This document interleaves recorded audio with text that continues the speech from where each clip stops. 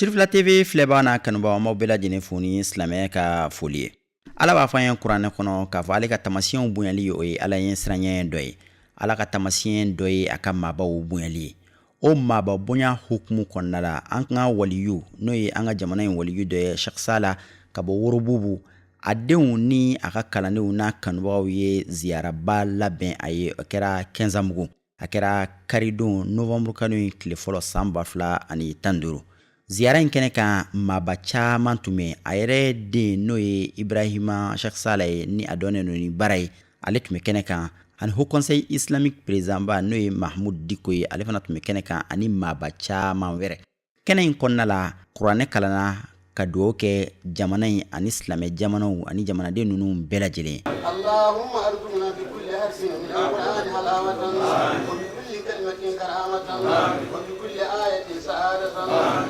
وبالإصلاح ثوابا وبالدين جمال عليه السلام وإلى أرواح أصحابه رضي الله عنهم أجمعين وإلى أرواح جميع الأنبياء والأولياء والمرسلين وإلى أرواح آبائنا وأمهاتنا وإخواننا وأصدقائنا وأساتذتنا ومشايخنا خاصة وإلى أرواح جميع المؤمنين والمؤمنات والمسلمين والمسلمات الأحياء منهم والأموات أجمعين عامة وإلى جميع أصحاب الخيرات من المؤمنين والمؤمنات اللهم انصر من نصر الدين وخذل من خذل المسلمين آمين يا رب العالمين برحمتك يا أرحم الراحمين اللهم انصر من نصر الدين وخذل من خذل المسلمين آمين يا رب العالمين برحمتك يا أرحم الراحمين اللهم انصر من نصر الدين وخذل من خذل المسلمين آمين يا رب العالمين برحمتك يا أرحم الراحمين سبحان ربك رب العزة عما يصفون وسلام على المرسلين والحمد لله رب العالمين. Elhaji Musa Mahmud Kanta ale ye ɲɛfɔli kɛ maaw ye sigi yɛrɛ kun kan. Mina shaytanir rajim bismillahir rahmanir rahim.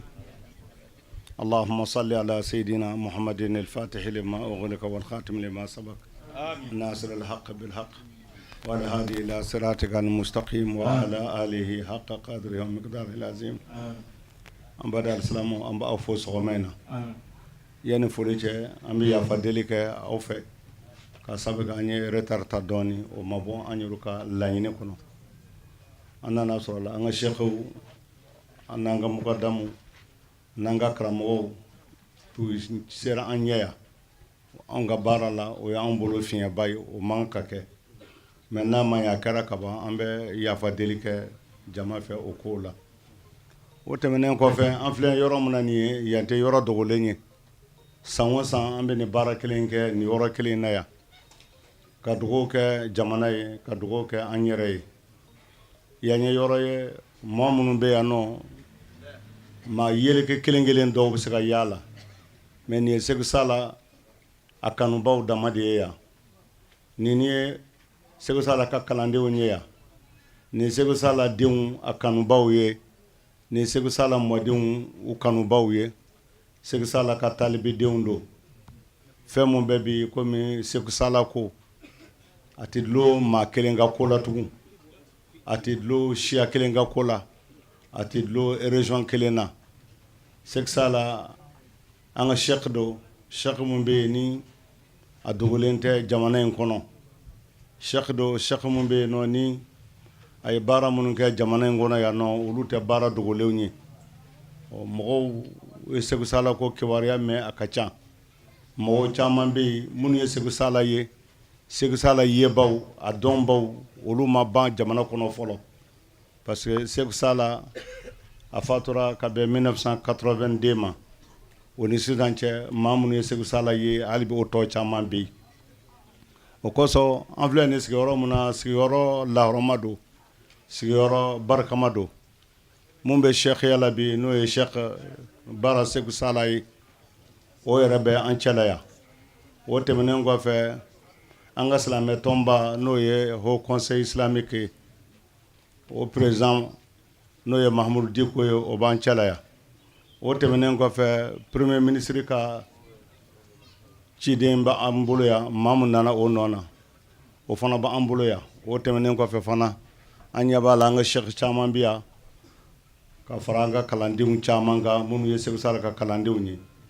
o bonya kosɔn nin yɔrɔ kelen ye yɔrɔ barikama ye san o san nin yɔrɔ kelen na yan alikuranɛ bɛ kalan dugawu bɛ kɛ jamana ye dugawu bɛ kɛ jamanaden bɛɛ ye an bada alisilamaw waliju ko tɛ komi ko gansan waliju ka yeta a ka bon waliju ka mɛnta a ka bon fɛn mun bɛ komi waliju ka taasira ni maa mun ye a taasira minɛ i bɛ taama diɲɛ kɔnɔ i komi diden bɛ diɲɛ kɔnɔ cogo min na diden bɛ diɲɛ kɔnɔ a bɛ jiri ɲuman dun a bɛ jiri kunaman dun a bɛ jiri siya bɛɛ dun mais a bɛ fɛn mun bɔ a kɔnɔ ka di hadamadenw ma o ye di ye di mun n'a ka di an bɛɛ da la di mun bɛ n'an bɛɛ b'a la ka kɛlɛ k'a nɔfɛ a bɛ bɔ diden mun kɔnɔ o b'a sɔrɔ diden a ye fɛn kunaman caman dun nka a bɛ di in de bɔ ka di mɔgɔw ma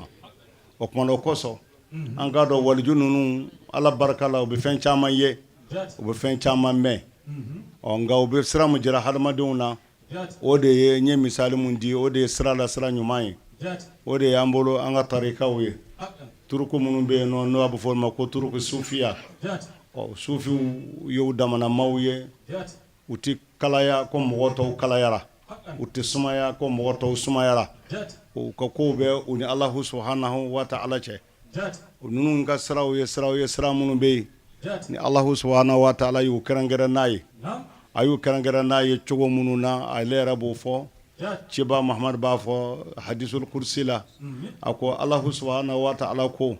a ko ni mɔgɔ min y'a laɲini k'i bɛ gɛrɛ ni Ala la ni sibiri ɲɛ kelen ye a ko ne Ala n bɛ gɛrɛ a tigilama la ni nɔgɔn ɲɛ kelen ye o kɔrɔ ye ne ka teli ka tɛmɛ a tigilama kan n bɛ gɛrɛ a la joona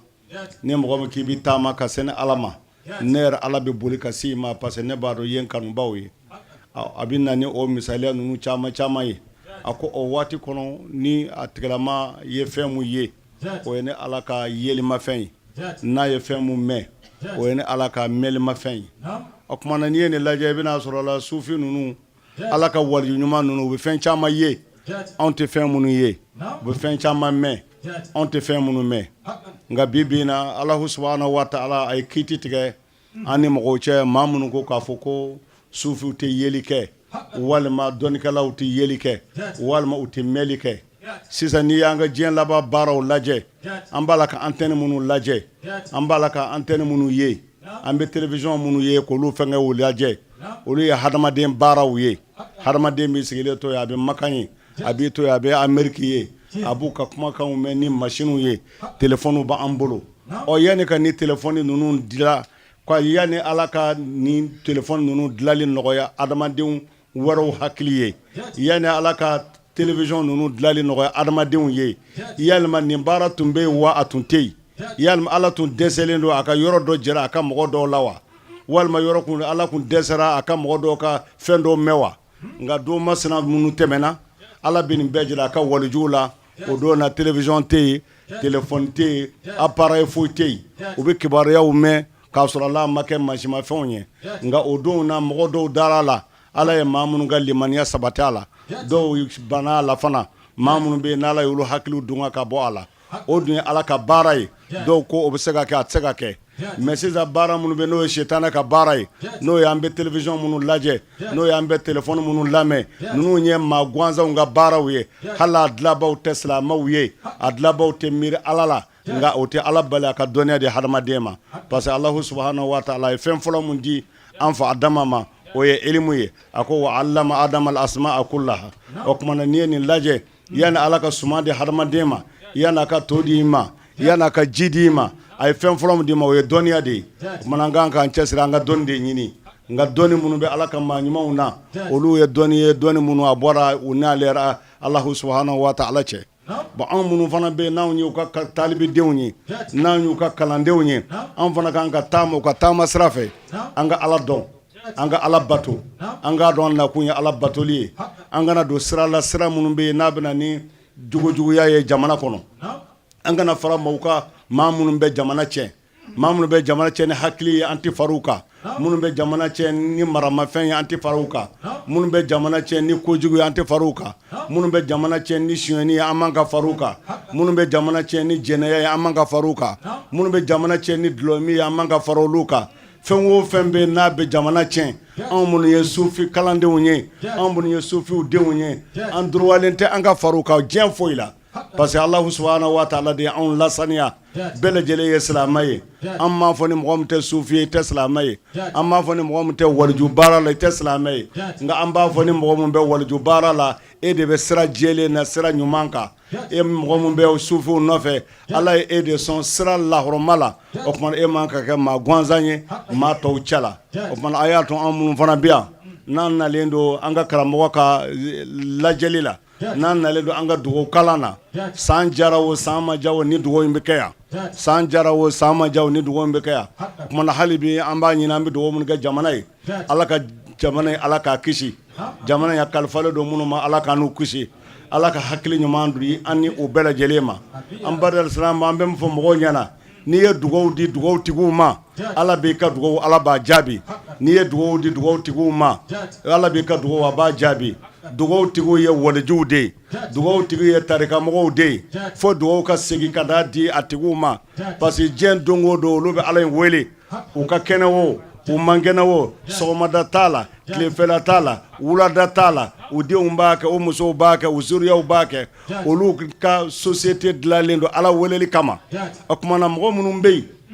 n'u ka société tɛ Ala wele maa minnu bɛ n'u bɛ ko wɛrɛw la n'u bɛ fɛn wɛrɛw la Ala ka o nɔgɔya olu ye nka minnu fana ka baara ye Ala wele Ala ka Ala wele fana nɔgɔya olu ye a k'olu fana ka dugawu jaabi o tuma na toujours ni dugawu bɛ kɛ an bɛ fɛ u ka dugawu segin dugawu tigiw ma dugawu kana kɛ ni maa ma y'an ja an k'o fara ɲɔgɔn kan ye parce que baara minnu b'an bolo ni baara minnu b'an bolo ni a tɛ se ka lakali an tɛ se ka fɛn fɔ a la o ye olu de ye hadamadenw bɛ yen u mago tɛ Ala la u bɛ Ala neni u bɛ cibaa Muhamadu neni u bɛ waliju ɲumanw neni mais n'a fɔra k'a fɔ a ye n'an ka dugawu kɛ walima a ye n'an ka nin kɛ i bɛ hadamadenw fara faralen ɲɔgɔn kan yɔrɔ dɔw la ko a ye n'an ka dugawu kɛ o dugawu kɛra o kɔrɔ ye de yalima an b'u ɲininka u bɛna u yɛrɛ danga de wa walima u bɛna mun de fɔ jamana ye mana minnu bɛ yen n'u ka baara ye jamana ye dugawu kɛli ye u sigiyɔrɔw dɔnnen don u jɔyɔrɔw dɔnnen don u ka dayɔrɔw dɔnnen don u bɛ dugu minnu na olu dɔnnen don u ka laharayaw dɔnnen don a ye olu wele a ka dugawu kalifa olu ma i n'a fɔ an filɛ nin ye nin yɔrɔ sigiyɔrɔ ɲuman minnu na nin de ye dugawu la dugawu sanuman ye ni maa o maa bɛɛ bi yanni nin kelen o kelen ka se yan nin bɛɛ y'a ɲini Ala fɛ Ala ka yafa ma nin bɛɛ ye istighfaru siɲɛ caman kɛ yanni a ka se yan bi nin bɛɛ ye salatu siɲɛ caman kɛ yanni a ka se yan nin bɛɛ ye la ilaha illallah siɲɛ caman kɛ yanni a ka se yan n'u labanna ka na fara ɲɔgɔn kan k'u dusukun kɛ kelen ye k'a ɲini Ala ka fɛn min kɛ jamana ye an dalen b'a la Ala b'o kɛ an sigilen don cɛkɔrɔba min ka kumayɔrɔ la n'o ye Seku Sala yɛrɛ ye maa min ka dugawu dulon Seku Sala la fo a k'a fɔ na bɔn anw ye Ala in wele wa an dan b'a la Ala b'an ka dugawu jaabi wa a y'a jaabi ka ban Seku Sala bɛ kuma nin cogo de la a ko anw dan b'a la anw ye Ala ka jɔnw ye an bɛna Ala wele maaw ka nin kungo in na wa anw ye Ala wele kungo in na wa an dalen b'a la Ala y'an ka dugawu jaabi o tuma na u bɛ don cibaa ka hadisa dɔ kɔnɔ cibaa Muhamadu b'a fɔ an ɲɛna sallallahu alaihi wa sallam Allahu subhanahu wa ta'ala a tɛ ale weleli don dasida la fo a k'a sɔrɔ Ala yɛrɛ ye hakilila ta fɔlɔ n bɛna nin karisa ka dugawu jaabi Ala bɛ fɛ ka mɔgɔ minnu ka dugawu jaabi a b'olu tigilamɔgɔw de fara ɲɔgɔn kan u k'ale Alahu subhanahu wa ta'ala wele o tuma na hali bi an tɛ nin kuma kɛ kuma jan wɛrɛ ye an b'a fɔ a ɲɛna nin ye Seku Sala ka talibidenw ye an bɛɛ lajɛlen ye Seku Sala denw ye an bɛɛ lajɛlen ye Seku Sala mɔdenw ye an bɛ Seku Sala zuriyaw ye an bɛɛ lajɛlen ye Seku Sala kanumɔgɔw ye jamana in maa tɛ yan maa min bɛ jamana in fɛ ka tɛmɛ Seku Sala kan maa tɛ yan maa min bɛ jamana in kanu ka tɛmɛ Seku Sala kan o tuma na Seku Sala Ala ye fɛn mun d'a ma o ye a ka karama ye waliju o waliju Ala bɛ karama dɔ d'i ma wa o karama o karama ni Ala y'a d'i ma i tilela mɔgɔ minnu ɲɛna n'u m'a dɔn karisa e de ye waliju ye n'u m'a dɔn e de ye Ala maa ye o tigilamɔgɔw hali n'u ni cibaa Muhamadu tun bɛnna Ala tun bɛ cibaa ka cibaaya dogo a tigilamɔgɔw la maa o maa i tilela waliju i tilela dɔnnikɛla i tilela mɔgɔ ɲuman n'Ala m'a jira i la nin ye maa ɲuman ye a m'a jira i la nin ye waliju ɲuman ye a m'a jira i la nin ye Ala dɔnbaa ye n'Ala y'o dogo i la n'i ni cibaa Muhamadu tun bɛnna i tun tɛ kɛ cibaa Muhamadu ka manden ye o tuma na n'i ye ninnu lajɛ i bɛna dɔn k'a fɔ kow sɛmɛlen don ɲɔgɔn na o kosmɛ na an b'aw fo aw minnu Segu Sala kalanden an bɛ segin k'aw fo an bɛ segin tuguni k'aw fo an b'a fɔ aw sanbɛ parce que san o san an bɛ ɲɔgɔn sɔrɔ nin yɔrɔ kelen na o tɛmɛnen kɔfɛ an bada silamɛw an bɛ dugawu kɛ maa minnu danyana an ka maa minnu danyana an ka maa minnu danyana a bɛɛ lajɛlen ye Alahu subahanahu wa taala ka baara ye an tɛ nin ko sɛmɛ foyi la an b'a sɛmɛ Ala la an ka maa minnu danyana Makan jamanaw la an bɛ dugawu kɛ u ye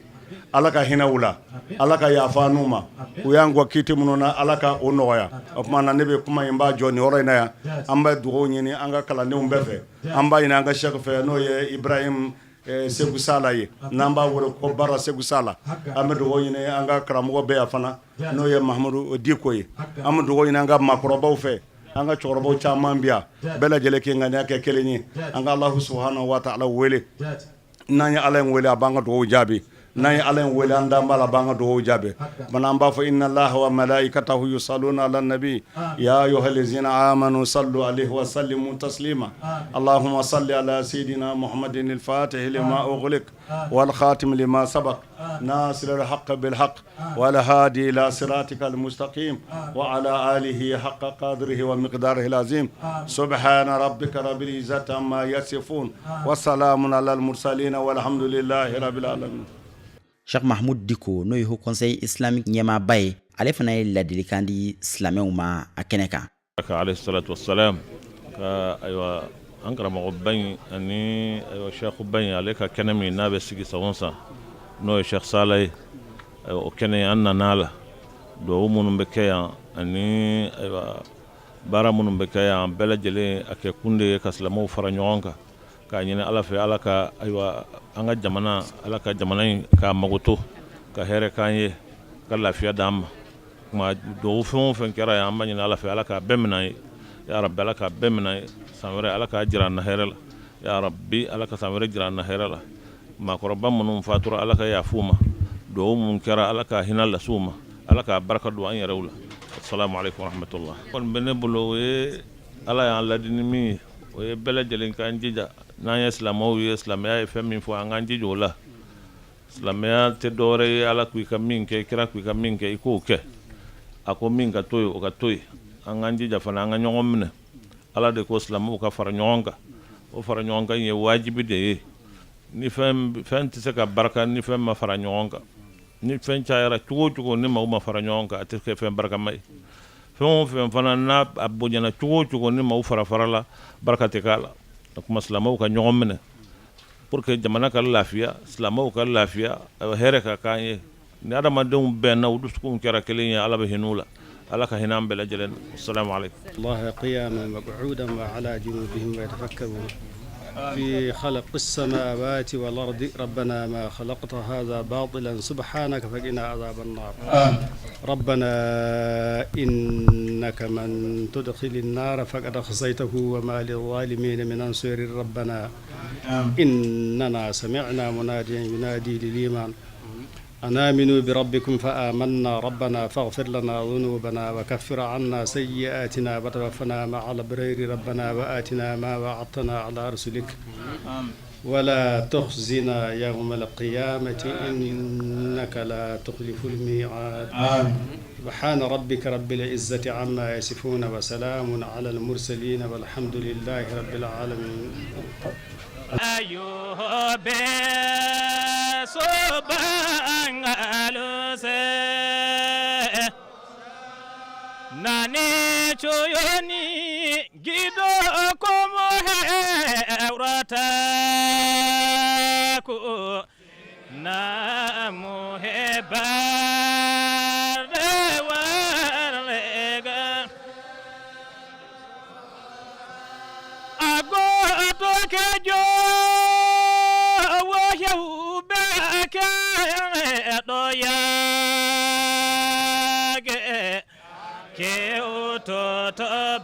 تبارك سكنا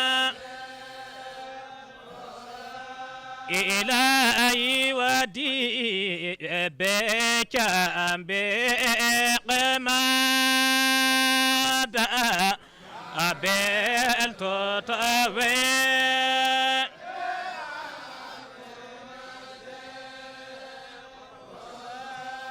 مدوجك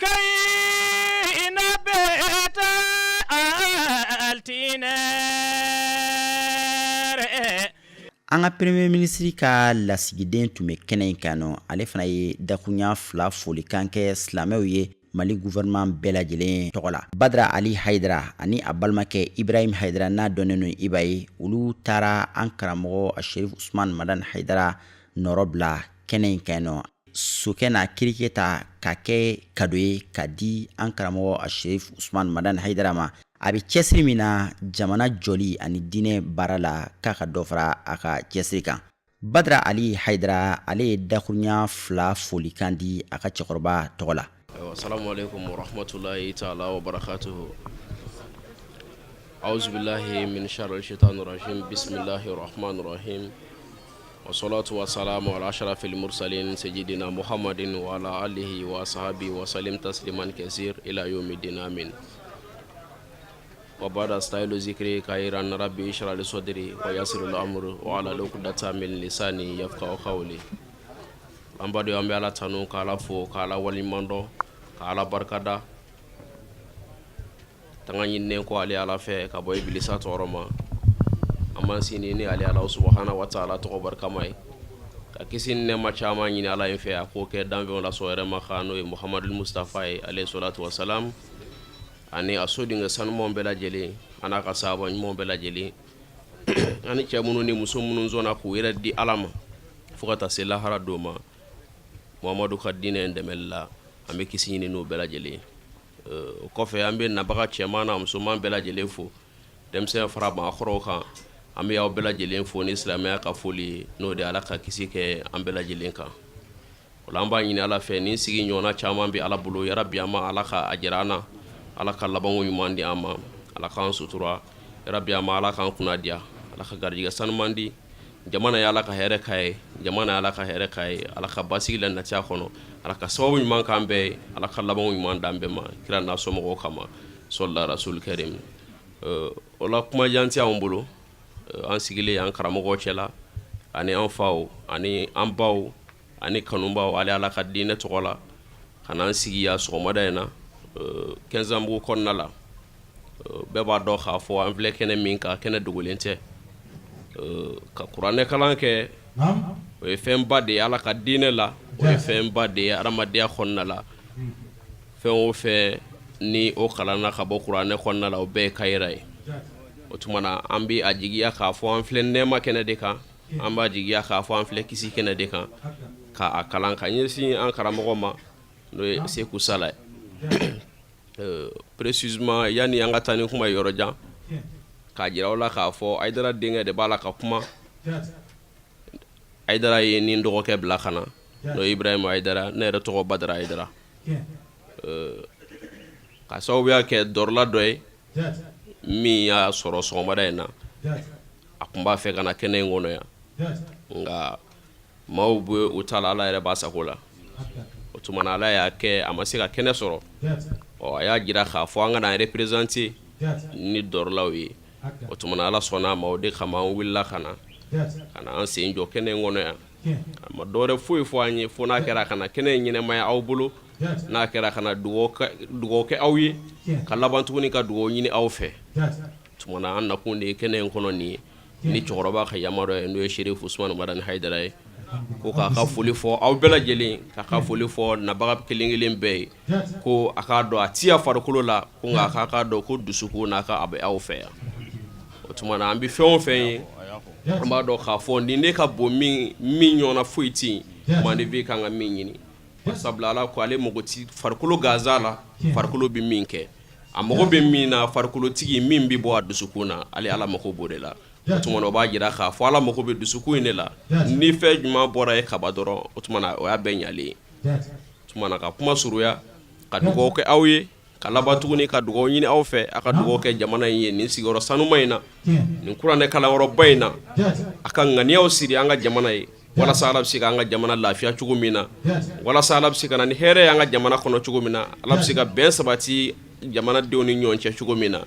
ko fena dugo nyini awfe kada Sherif Usman Madan Haidara ka chika kene kuncera ni duwawu ye silamɛw bɛɛ lajɛlen ala ka san nataw fana yira an na Said Karambe ani Hame Belko Gindo n'olu ye kalanden minnu ye nin ziyara in sigi sen kan n'olu ka ɲɛmɔgɔ ye min y'u bila ka nin kɛnɛ in sigi sen kan u ye ɲɛfɔli kɛ an ye bamanankan ani kadɔ kan na. Badenw assalamu alaikum ya jama'atal muslimina wal muslimat. San o san an bɛ fara nin yɔrɔ kelen kan an bɛ alikuranɛ kalanba kɛ ka dugawu kɛ n'an ka seguba ye n'o ye Sek Sala ye. Munna an bɛ dugawu k'a ye an kan ka k'a ma maaɲumanya ye an man ka k'a ma fitiriwale ye ka d'a kan anw tun tɛ foyi dɔn diinɛ na an tun bɛ dibi de kɔnɔ. Sek Sala ale de donna an cɛma ka poyi anw cɛma ani ka walawalali k'an ye ni ka bila silamɛya sira la ale de kɛra maa fɔlɔfɔlɔ ye anw fɛ kadɔ la min ye diinɛ jira anw na k'a fɔ a ma ko a ye fiɲɛni dabila a ye nkalon dabila a ye kɛ kelen ye a kɛ maa ɲuman ye n'o kɛra tuma min na ni saya ye a sɔrɔ yɔrɔ o yɔrɔ a ko a bɛ bɛn o mɔgɔ fɔlɔ min y'a fɔ an ye o de Sek Sala ye o la a kan ka anw minnu ye Sek Sala ka kalandenw ye san o san ni nin waati sera an bɛ ɲɔgɔn fara kɛnɛ kelen kan an bɛ dugawu ka Sek Sala ana a somɔgɔw ye ani jamanadenw bɛɛ lajɛlen an'a yɛrɛbakun ani aw minnu kelen bɛ ka anw jaw ta an bɛ dugawu k'aw fana ye ani baden bɛɛ lajɛlen bijaya Mustafa salli ala rasuli. alhamdulillahi rabbil alamin alhamdulillahi rabbil alamin ala kulli halin اللهم صل على سيدنا محمد الفاتح الكاتم وعلى آله وصحبه المقربين والخلفاء الراشدين رضي الله عنهم أجمعين. اللهم إني أتوجه إليك بحبيبك المصطفى سيدنا محمد صلى الله عليه وسلم. الحمد لله رب العالمين أمنا غاناغونه يوني الحمد لله دعاونا ونكندو ني يغم مانغيسا نسرتو مالف يوني دباينك سيتو يوني اغي Sek Sala wi talbugo duwaw kanunge kesambugo fijum waysiri kanabia yo mali se tout yo egen ingay ingay duwawne egen gambe gouverneur ndu wali kan kegendu sikuje negendu mudugo negendu mali tundum bono mali ko fijum bono se tout egen yo alhamdulillah ne gambe Sek Sala alhamdulillah rabbil alamin arna fijin ne sungrinan fijin gana ngune parce que tungule ende fijin tulay yo Sek Sala arna fijin bangi kanne ne ejenge yegunne situgo yegunne siletu endo ngomu sinde ne siletu mangamina jon oli kiri oli nanni sungene yo alhamdulillah fatiha kanngena amana namudo yo bongo siletu gindene ingene Sek Sala ge inganan fijun yo ge inganan fijun alhamdulillah amana gananguna amana yetin kani talbu yenage yoni inje mange si jinagre wiyenagre mo bara setu ni gambe haydarando wiyenagre setu ni gambe RTM wali kangendo ndene tele mali wali kangendo journaliste be setu ni egen yo aslama ko walin pagge mali setu seko inje ingeni wali kanimbo Sek Sala o foyre nen sungure nen la alhamdulillah ne baage dinge ne torge dinge ne wege lan dinge ndem fitir wali kan gunna oli kan wala amanne sakanne na kande ingala amanne nyomamme yo ne sele tunen ge fijin tulanda bilnan Sek Sala al hormoni nen sungene sa on donc faande al hormonen fijin amanne tulle faande mali fijin ya rabbi peridanne ko nemena han fa igna sugunda balawo balawte be gunne setu balawon amana jenje gomme nemate be gokono setu neman amanne sungure arnabi Sek Sala yolne gunne wol newa kawral kanne guna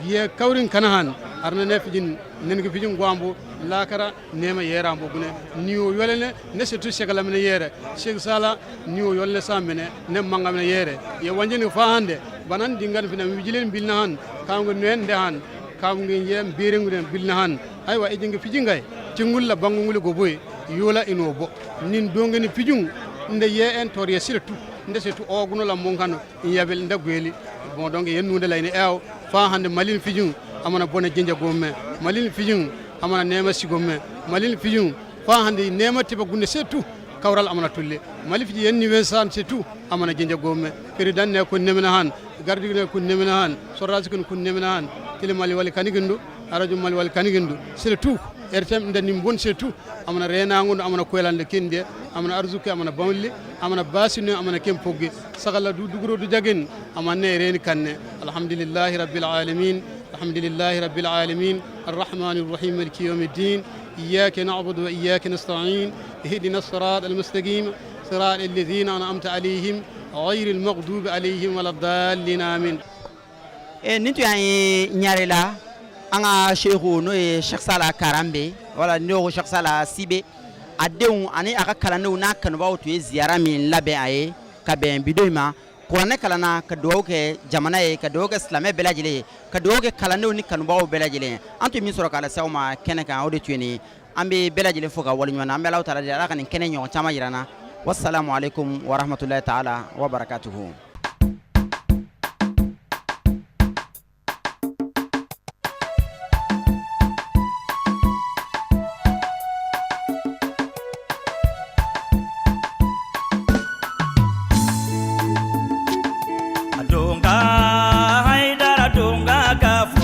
Sanu ni wariye dunga ngore dunga ka fusani sanu ni wariye kemine je share boyo isense kemine je